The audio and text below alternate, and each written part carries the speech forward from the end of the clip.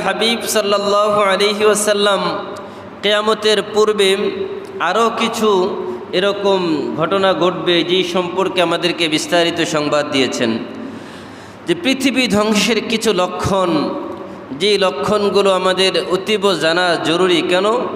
আমরা যদি না জানি যে পৃথিবী কখন ধ্বংস হবে, তাহলে আমাদের মধ্যে উদাসীনতা তৈরি হবে, আমাদের মধ্যে পৃথিবীর ব্যাপারে ভালোবাসা তৈরি হবে, হৃদ্যতা তৈরি হবে, আখিরাত বিমুখিতা তৈরি হবে, আখিরাতের ব্যাপারে আমাদের অনীহা তৈরি হবে, আখিরাতের ব্যাপারে আমাদের কোনো আগ্রহই থাকবে না।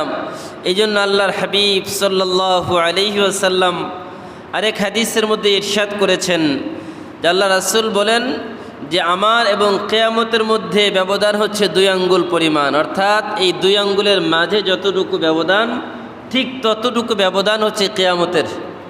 আল্লাহ রাসূল বলেন কিয়ামতের একটা অন্যতম বড় আলামত হচ্ছে আল্লাহ পাক রব্বুল আলামিন যে আমাকে পৃথিবীতে পাঠিয়েছেন, এটা হচ্ছে একটা বড় আলামত।